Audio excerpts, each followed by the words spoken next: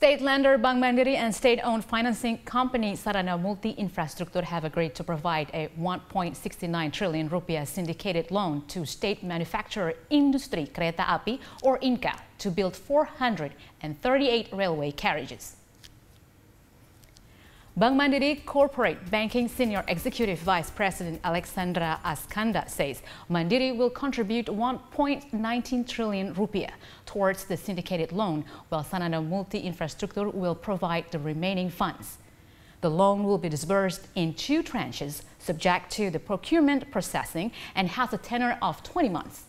As of March, Bank Mandiri has channeled 118.7 trillion rupiah toward nationwide infrastructure development, with 27.6 trillion rupiah earmarked for transportation infrastructure projects.